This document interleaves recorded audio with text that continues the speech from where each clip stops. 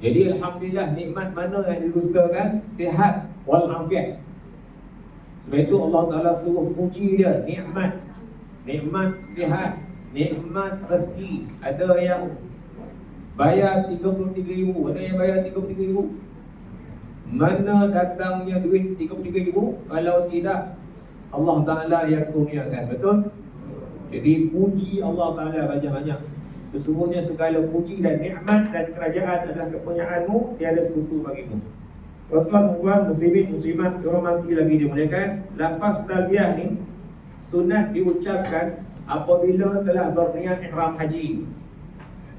Perbanyakkan talbiyah dan berakhir talbiyah bagi orang yang haji itu apabila mereka berjaya menghasilkan tahlul awalnya. Jemaah Malaysia majority semua akan menghasilkan tahlul awal apabila mereka melontar jamrah kubra 7 biji, dan seterusnya mereka bergunting bagi perempuan, lelaki afdal.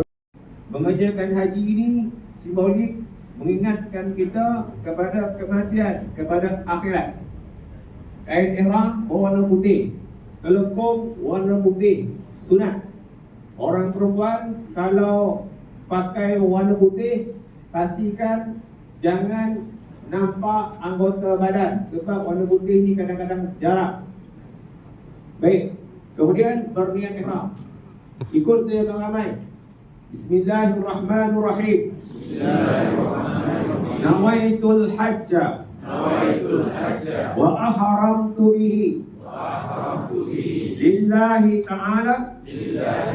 Sahaja aku berniat mengerjakan haji dan aku berihram dengannya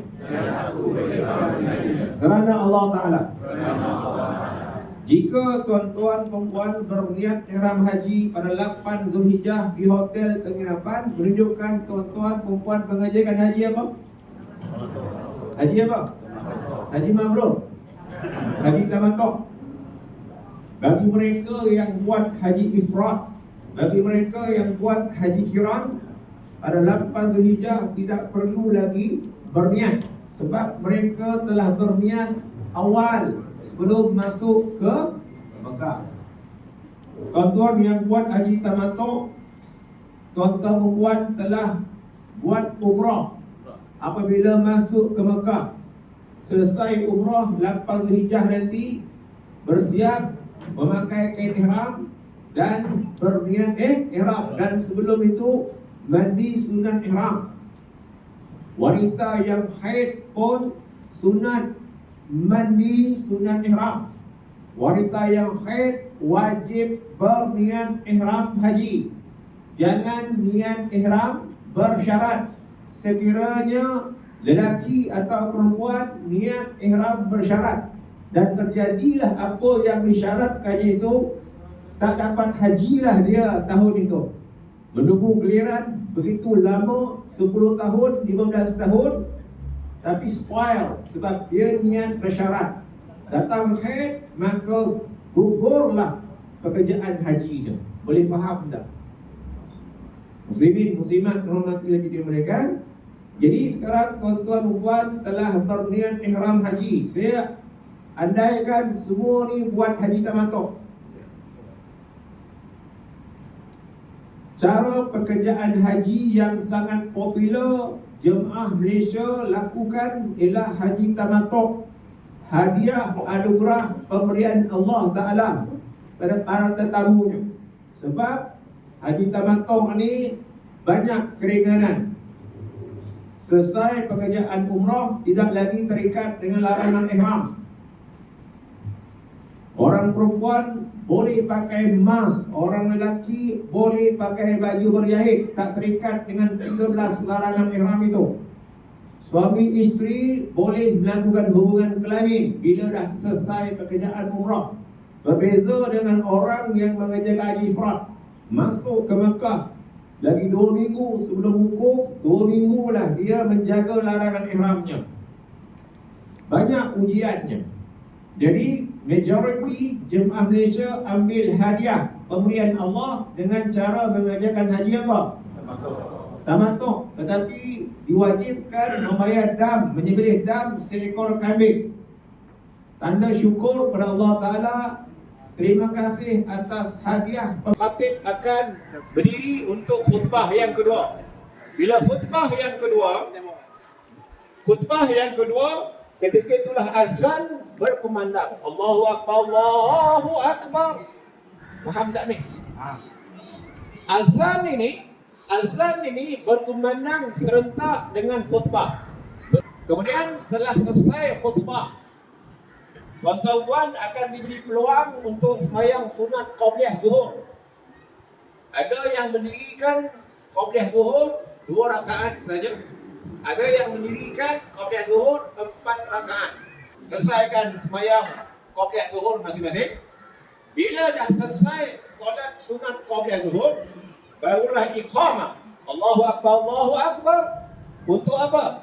Sembahyang zuhur 4 rakaat. Jamakkan dengan sembahyang asar.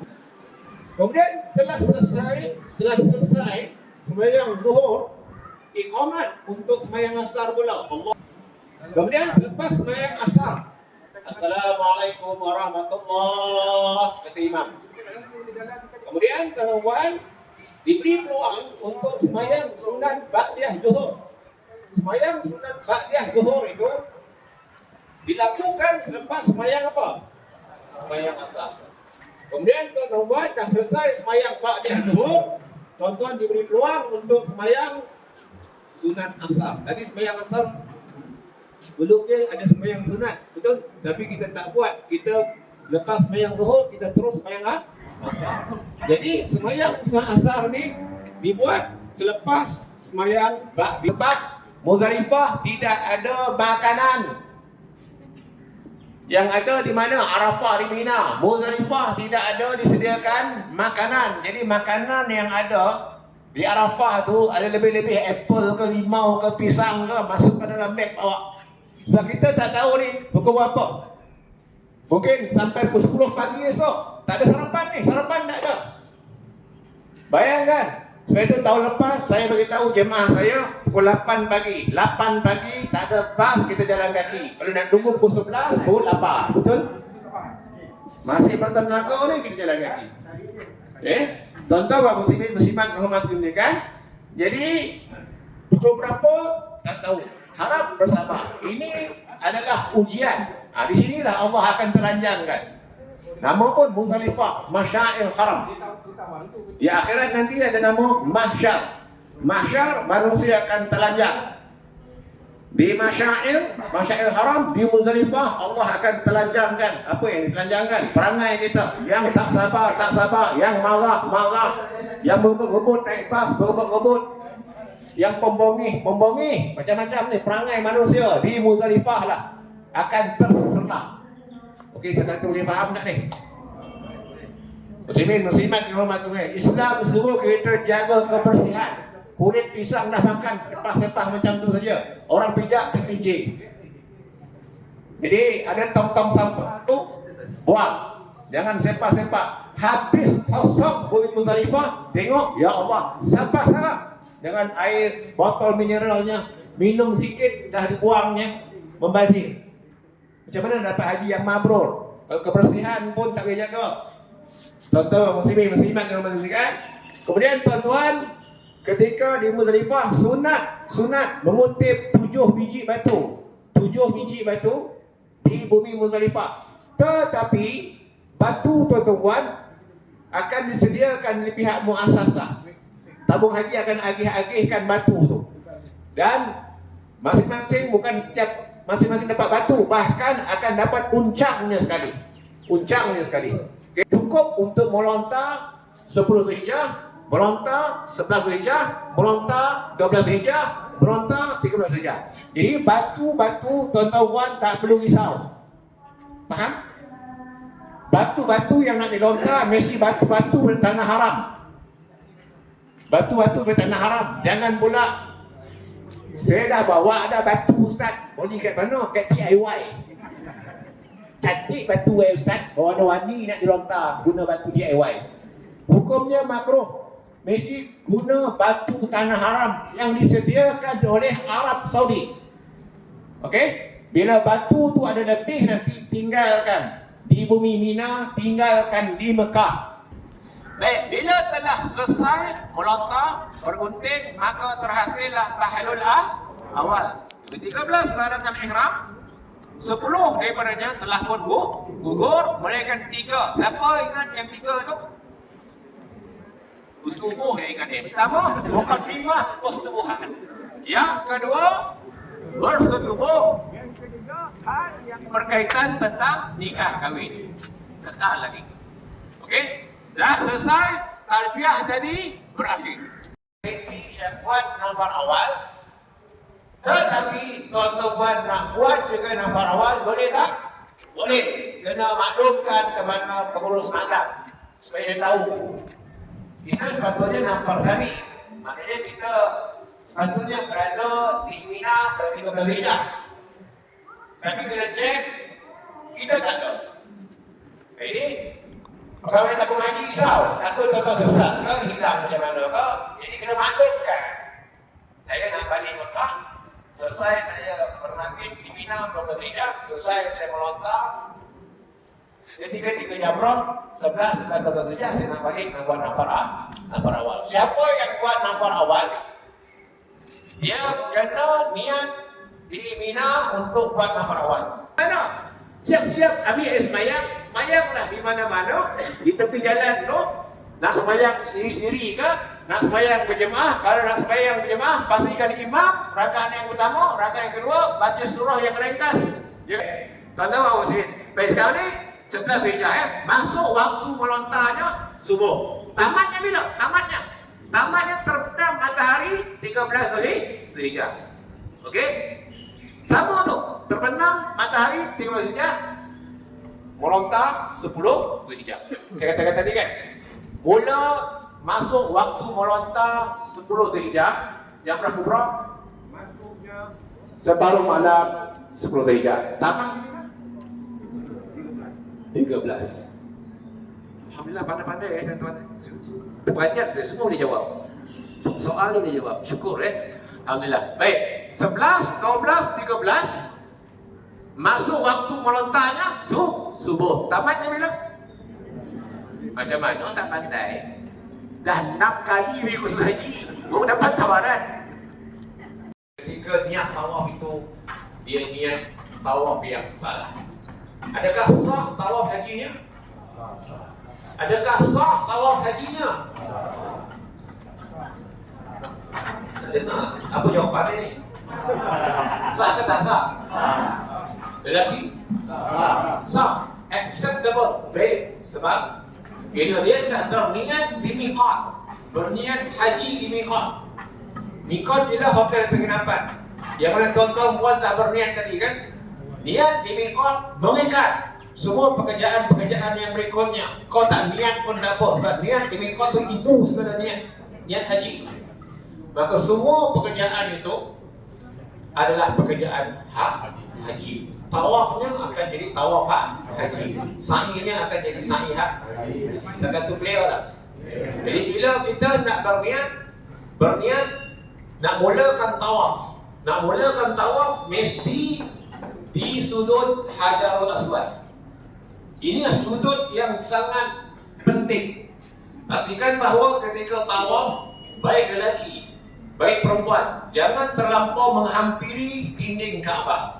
Bimbang kalau terlampau menghampiri dinding Kaabah, akan tersentuh dinding Kaabah, kelambu Kaabah, ataupun ditolak oleh orang-orang jemaah lain, menyebabkan kita tersentuh Kaabah, menyebabkan pusingan itu terbatal. Tersentuh walaupun tidak sengaja, menyebabkan pusingan itu terbatal.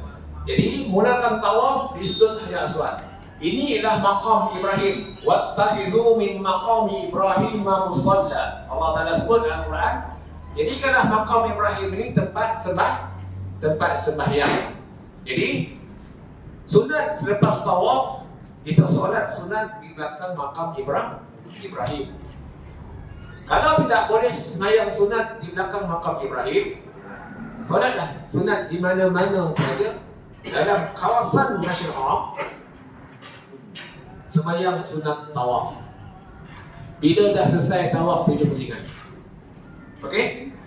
Jadi ini makam Ibrahim. Tuan-tuan boleh tawaf di sini ataupun di sini.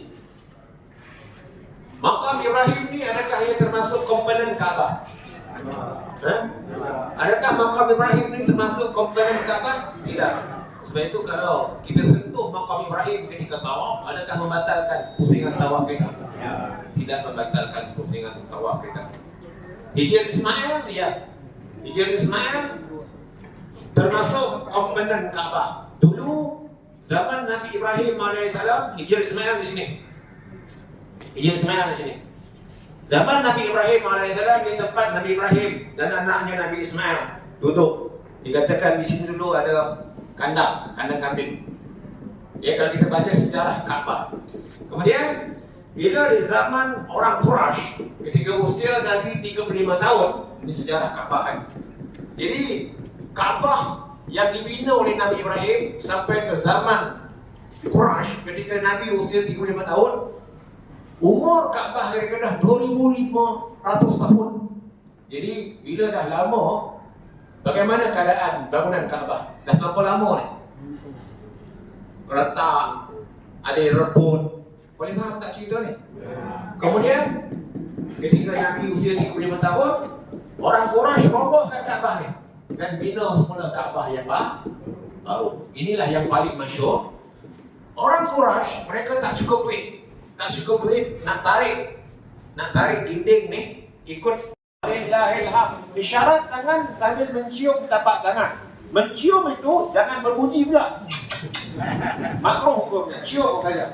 Setiap isyarat cium tapak tangan. Setiap isyarat cium tapak tangan berapa kali? 3 kali.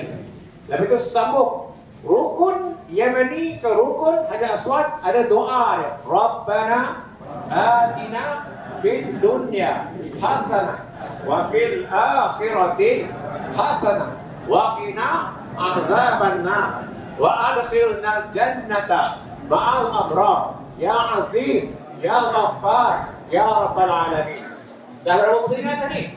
2 pusingan. Teruskan. Allahumma inna nas'alukal afwa wal afiyata wal mu'afata ad-daimata fid din wad dunya wal akhirati wal fawza bil jannati wan najata minan nari.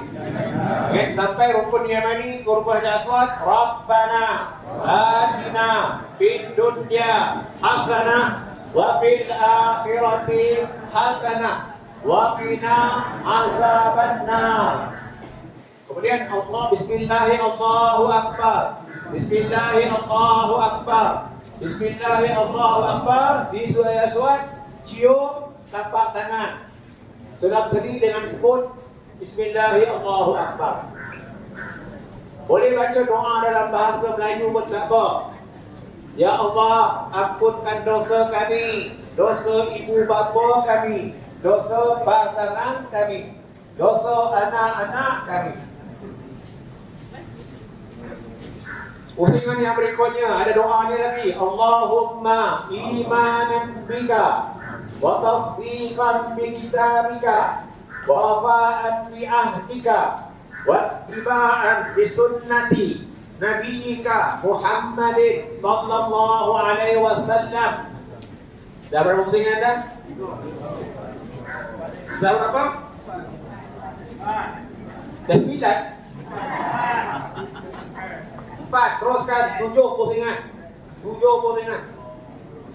Allahumma inna na'udzubika minasy syakki wasyirki wasyiqaq wan nifaq wa su'il akhlaq wa su'il manzari wal munqarabi fil mal wal ahli wal walad.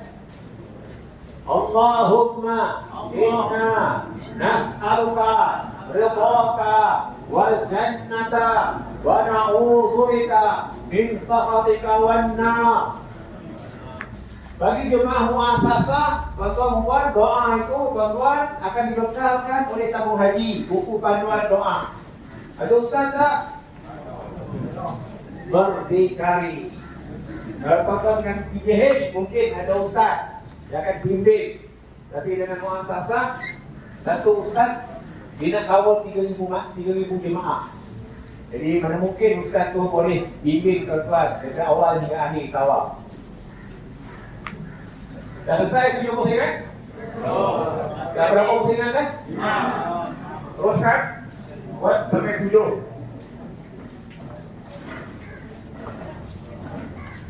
Boleh juga dengan zikir. La ilaha illallah.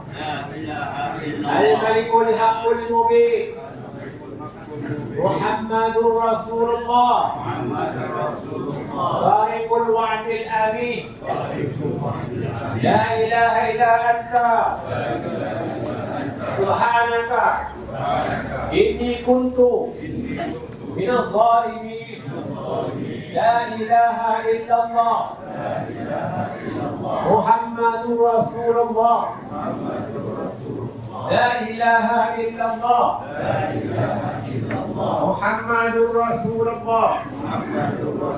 Berapa pusingan? 6. Kita boleh tabung haji tu. Okey? Muslimin muslimat rahmatullahi kan? Orang perempuan adakah perlu belajar anak? Tidak perlu, tapi bacaan sama. Rabbighfir warham wa'fu watakarram watajab. Bersungguh-sungguh. Seperti mana Hajar bersungguh-sungguh mencari air. Nak beritahu, they will say die before try. Nak mencari air ni, Hajar tidak ada kibarkan bendera putih, menyerah kalah. They will say die before try. Cuba dulu. Nak beritahu mesej kepada orang lelaki yang adalah suami. Kalau wanita seperti Hajar, all out, melepas ulas dia, mencari setitis air untuk kesinambungan hidup diri dia dan anak dia. Lelaki pun begitu juga, all out, berulang kali mencari rezeki untuk buat apa? Boleh faham? Muslimin muslimat rahmatullahi kan. Nak beritahu juga dia wanita, kalau suami meninggalkan, sama ada meninggal dunia atau ditinggalkan, boleh faham? Hidup hendaklah diteruskan. Jangan look for the hidup. Kena apa? Move on. Baik, tuan-tuan kita mulakan kita mulakan. Sini ini kita mulakan. Ini laluan nak pergi ke sini. Ini laluan. Baik, kita mulakan. Allahu Akbar. Allahu Akbar. Allahu Akbar kabira. Walhamdulillahi katsira. Wa subhanallah. Yang ni boleh dengan Rabbighfir warham wa'fu watakarram watajawaz amma ta'lam innaka ta'lam. Kemudian terus innas safa wal marwata min sya'airillah faman hajjal baita.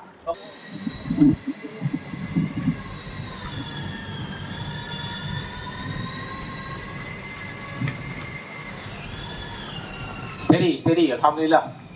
Semangat Dah berapa dah? Macam mana ni, belum pergi Mekah lagi dah lotih berkorut buka ni, macam mana? Alhamdulillah, steady. Bagus. Tahniah.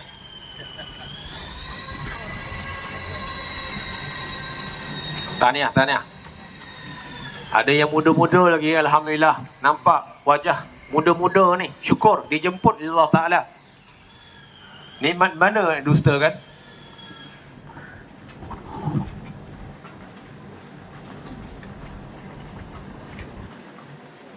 Dah berapa dah?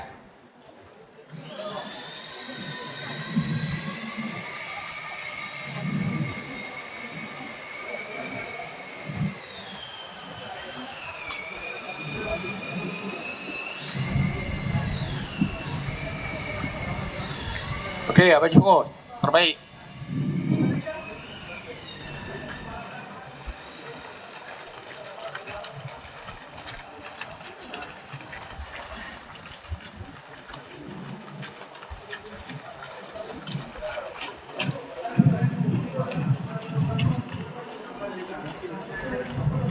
Dah berapa dah? Dah 6 dah. Bagus. Laju betul tu ya. Jadi 7 mesti berakhir di mana? Mula di Safa, mesti berakhir di Marwah.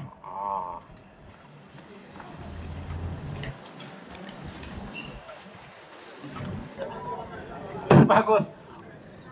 Lepas ni beli belanja. Ni sebelahnya ada restoran mamak kan.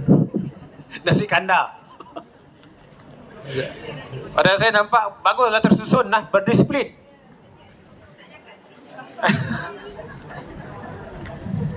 Dah 7 dah? Alhamdulillah. Bila kita dah 7 pusingan, perlu tak gunting? Tak perlu gunting dah, sebab kita dah gunting di Mina. Baik, boleh masuk ke Dewan Kuliah semula untuk teruskan. Wajib haji ni, kalau tak buat dengan sengaja ke atau tak sengaja ke, hajinya tetap sah. Salah satu syarat, salah satu wajib haji ialah bermabit di Muzdalifah.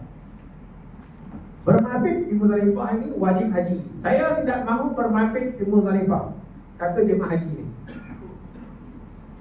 So guru agama kata, beri nasihat, nak tak nak tuan kena wajib. Wajib bermabit di Muzdalifah, whatever katanya. Saya tidak mahu bermabit di Muzdalifah, faham tak? Maaf suruh. Tuan-tuan Bapak Muslimin semua. Baik. Dia tidak mahu bermabit di Muzdalifah. Kenapa? Suka hati dia tak nak bermabit di Muzdalifah. Jangan tanya. Sah tak haji dia? Haji dia sah, acceptable, valid. Walaupun dia sengaja tidak mahu bermabit di Muzdalifah. Tuan dia kenakan dam seekor kambing. Berapa harga seekor kambing? 700 riyal. Ustaz, ni 1000 riyal. Keep the change. Dia tidak bermabit di Muzdalifah, sengaja tidak wajib dia membayar dam. Tapi kalau dia kata, saya tidak mahu bermabit di Muzdalifah, whatever. Dan saya, ingat saya tidak mahu bayar dam 1 sen pun. Dengar sini Ustaz Syamudin. Jangan sini batai. 1 sen pun saya tak bayar. So macam mana? Dah nak bermabit di Muzdalifah. Dan dia tidak mahu pula bayar dah. Macam mana? Haji dia sah tak? Sah tak haji dia? Haji dia tetap sah ke? Tapi dia berdosa lah. 2 dosa yang dia lakukan. Apa dia? Pertama, sengaja tidak mahu bermabit di Muzdalifah. Yang kedua apa dia? Tidak bayar dah. Kalau dia meninggal dunia, sebelum hartanya itu dibagi-bagikan, itu faraid, bayar dulu hutang ni. Hutang apa? Dam. Kalau tidak, dia akan merana di dalam kubur. Adakah bayar dam itu memadamkan dosa? No. Dosa tetap dosa, dam hendaklah dibayar. Tuan-tuan Bapak Muslimin Muslimat kena perhatikan. Rukun haji ni ada 6. Rukun haji ni ada 6. Siapa tahu rukun haji ada 6? Pertama niat. Jadi saya skip je ya. Supaya senang. Kalau ikut slide nanti tuan-tuan bercegar. Biar saya cerita. Pertama niat. Innamal a'malu binniyat. Setiap amalan itu bermula dengan apa? Niat. Solat mesti mula dengan niat. Wuduk mesti mula dengan niat. Puasa mesti mula dengan niat. Baik. Niat. Yang kedua apa dia? Wukuf di Arafah, rukun haji. Wukuf di Arafah adalah rukun kemuncak Al-Hajj Arafah. Haji itu ialah wukuf di Arafah. Baik. Yang ketiga apa dia? Tawaf. Tawaf itu rukun 7 pusingan. Ikut syarat-syarat dia. Yang keempat apa dia? Sa'i. Ulang alik Safa Marwah. Yang kelima apa dia? Bergunting atau bercukur. Yang keenam tertib pada kebanyakan rukun. Sangat clear tak? Apa maksud tertib pada kebanyakan rukun? Dia tak macam rukun umrah, tertib pada semua rukun, ikut step by step. Tapi haji no. Ada rukun tertentu boleh dilewatkan, rukun yang kemudian boleh dicepatkan. Itu maksud tertib pada kebanyakan rukun. Setakat tu clear tak? Ya. Dan tuan haji mengantuk di sana. Kerana puntang-puntangkan mata. Tuan-tuan muslimin, muslimat dirahmati kan. Baik.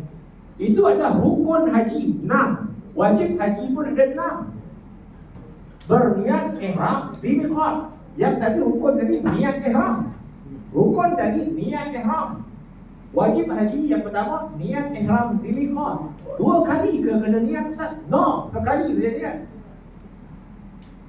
Pertama tadi rukun haji niat ihram. Di mana hendak berniat? Di mana? Di mana? Pergi pada wajib haji yang pertama, niat ihram di miqat. Setakat clear tak? Bagi mereka yang mengajarkan haji ifrad, bagi mereka yang mengajarkan haji qiran, niat ihramnya ialah di miqat. Mana tempat yang dia sampai ketika dia nak masuk ke Mekah. Kalau dia daripada Madinah, dia di Bir Ali. Kalau dia terus ke Mekah, dia di Qadrul Manazil. Saudara boleh faham tak? Bagi mereka yang buat haji tamattu, niat hajinya di mana? Di hotel penginapan. Baik, niat ihram di miqat. Yang kedua, menjaga larangan ihram 13 perkara. Itu wajib haji. Bila dia tak dapat memenuhi kehendak insaniah dia tu, dia tak khusyuk solat, dia dah mula dah marah-marah, emosi meningkat, faham? Kita tak mahu benda tu menyebabkan mengganggu amal ibadat kita. Maka dengan sebab itu, isteri kalau nak buat haji ifrad, minta izin daripada suami. Walaupun dalam mazhab Syafi'i, ifrad tu afdal. Tapi kemakruhan haji bukan dilihat pada ifrad tamattu qiran. Boleh faham tak? Kalau bertengkar suami isteri walaupun awak buat haji ifrad, macam mana? Haji makruh. Biar sama-sama. Kalau suami buat haji tamattu, isteri buatlah haji tamattu juga. Faham? Kalau suami buat haji ifrad, ya, isteri pun buatlah haji ifrad. Biar sama-sama selamat. Okey tak? Setakat tu boleh clear? Simak berapa tu juga. Baik. So, sampai di Mekah nanti, dia selesaikan tawaf qudum. Tawaf qudum itu tawaf selamat datang rukun sunat bagi orang yang buat haji ifrad. Okey? Dia sama tu nanti bila sampai di Mekah nanti, kalau orang tu dia bertolak terus ke Mekah, niat hajinya di mana? Di Qadrul Manazil kan? Sebelum Manazil. Sampai di Mekah nanti dia sekali tu satu kapal terbang dengan orang yang haji tamattu. Dia akan bergerak sama-sama menuju ke Masjid Haram untuk tawaf. Cuma je orang yang buat haji tamattu tawaf dia tawaf apa? Umrah. Tawaf apa? Tawaf umrah. Yang buat haji ifrad tawaf dia tawaf apa? Kau tahu haji ke? Tawaf qudum, tawaf selamat datang. Hukumnya apa? Sunat. Kalau dia tak buat, dan malah nak buat ini, boleh tak? Boleh saja, tapi tak dapat pahala, rugi. Kita datang ke Mekah nak dapat pahala. Rugi tuan-tuan. Tawaf qudum, tawaf selamat datang. Adab kita bila berada di Mekah Al-Mukarramah. Tuan-tuan, muslimat rahmat Allah. Baik. Walaupun tak pakai siklet, tapi boleh faham kan? Boleh faham tak? Baik, tuan-tuan. Kemudian bila dah tawaf qudum, orang yang buat haji tamattu lepas tawaf dia buat sa'i. Sa'i apa? Sa'i umrah. Orang yang buat haji ifrad lepas tawaf qudum dia boleh sa'i tak? Haji. Boleh sa'i haji. Walaupun boleh wukuf lagi, tapi dia boleh advance. Faham tak? Dia boleh buat awal sa'i haji. Orang yang buat haji tamattu lepas sa'i dia bergunting, dapat tahlul umrah dia. Faham? Orang yang buat haji ifrad lepas sa'i boleh tak gunting? Tak boleh gunting, awak kekal dalam larangan ihram sehinggalah. Sama dengan orang yang tamattu nanti berangkat Arafah, melontar Jamrah Kubra, bergunting, maka barulah gugur larangan ihram 10 perkara itu. Kalau 2 minggu dia dalam ihram, 2 minggu. Kalau 3 minggu lah. Sebulan lah. Kalau dia berjangkut, dia bermisai. Kalau minum air kopi, tak payah ada tapis. Dah ada automatic penapis filter automatic di bibir dia. tak? Itu ujian orang yang buat haji ifrad. Orang yang mengajarkan haji qiran ni jarang-jarang. Orang yang mengajarkan haji qiran ni jarang. Dia masuk ke Makkah, dia niat haji umrah serentak. Nawaitul hajjah wal umrata wa haramtu bihima lillahi ta'ala. Dalam bahasa Melayu dia apa? Saya aku berniat mengerjakan haji dan umrah, dan aku berihram dengan keduanya. Apa dia? Haji dan umrah ni kerana Makkah. So dia masuk ke Makkah nanti, dia tawaf qudum sama macam orang yang buat haji ifrad. Dia tawaf qudum, dia sa'i haji.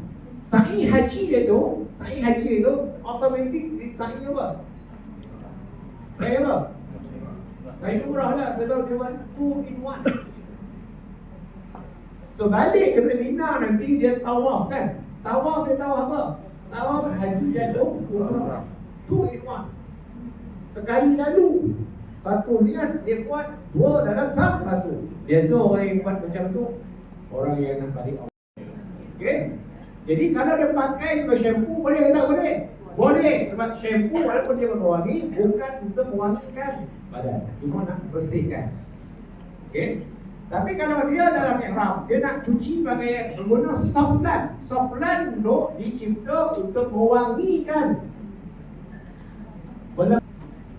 Bukan dimah jima ini pun banyak berlaku di kalangan jemaah kita. Isteri tak pergi haji, tinggal di rumah. Suami telefon isteri dalam ihram, suami buat haji ifrad. Telefon isteri, rindu dengan isteri. Sudah, satu purnama abang tidak. Ada ayat-ayat yang bermesra-mesra contohnya kan, yang boleh mengundang rasa syahwat. Itu pun dianggap sebagai muqaddimah khusbah. Muqaddimah khusbah ni bukan saja bersentuh-sentuhan ke apa, bukan. Bahasa isyarat pun. Faham tak ni? Jumpa isteri di Mekah, bahasa isyarat. Jadi bahasa isyarat dia nampak bini pekat kan, bini pekat lalu dia isi yap kan, bahasa isyarat kan. Pun tak boleh. Ada pasangan suami isteri jumpa saya di Mekah. Awak dah tanya, awak lah tanya, awak dia mulakan dulu. Awak lah.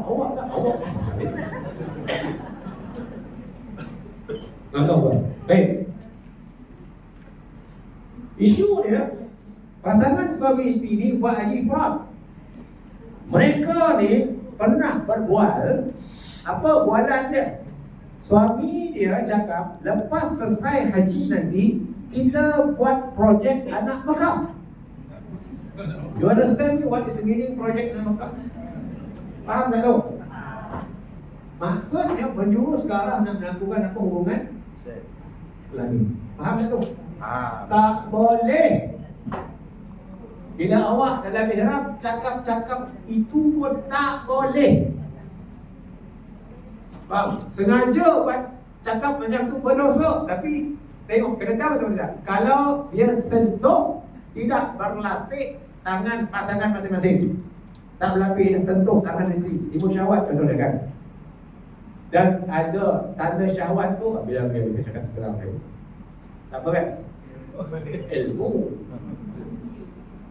Tanda syahwat bagi lelaki apabila benda tu naik. Faham tak ni? Itu baru kena dam. Kalau rasa syahwat dia semua astagfirullah, benda tu tak sampai naik. Tak kena dam, boleh faham? Tanda syahwat bagi wanita dia berkendak pada suami dia. Okey? Itu baru dia katakan muqaddimah khusbah. Tapi dam tidak kena pada siapa? Dam hanya kena pada suami. Baik. Kalau gugur rambut itu disebabkan perbuatan tangan, apa contoh? Menyikat, menggaru, menggosok, dan dia tercabut hasil perbuatan tangan kita itu, maka barulah dikenakan dam. Bagaimana banyak tengok? Dia ni selimut atau selimut? Gatal, Ustaz. Selemo. Selemo. Orang Islam kita selemo. Dekat Arafah, dia keluarkan selemo tu dengan warna coklat kuning-kuningan tu. Oleh kerana timus dia itu ketat, macam kam. Selemo nak makan. Dia telah menarik apa? Bulu hidungnya keluar sekali. Mata pekat sangat. Sebab kebekatan itu.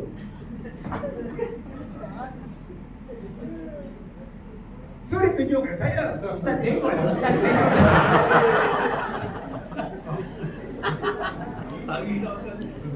Tak makan saya gitu. Apa dia kata tengoklah. Saya tak tengok pula. Apa doa dia kata hijau tu. Channel tu kan dia kata. Selebo. Saya kata ada bulu hidung nolai katanya. Kedap tak? Astagfirullahaladzim. Kalau bulu hidung itu tercabut bukan disebabkan kita memasukkan jari tangan kita, seperti mengoreknya. Dia gugur sendiri sebab mengikat. Dia mengikut, melekit. Maka dia gugur sendiri, betul? Ya, ya. Tidaklah dikenakan dam. Orang lelaki tanggalkan kain ihram dia. Tengok ada bulu roma. Kena dam tak? Tidak. Kalau bulu roma tu mengikat apa? Mengikut kain ihram dia. Tak ada kena dam. Ada yang tutup lampu ketika mandi. Bolak-bolak kereta tu dia mandi. Sampai tergelincir. Kenapa pula tutup lampu bolak-bolak mandi sampai tergelincir? Takut nampak rambut. Janganlah ekstrim sangat. Sampai ada yang bergaduh, tuan-tuan, dalam bilik perempuan cewek tu. Gabut kau kan? Ni ya, gabut kau. Bukan kau yang maksud dia tadi. Dah bergaduh pula. Masa haji boleh bergaduh pasal rambut.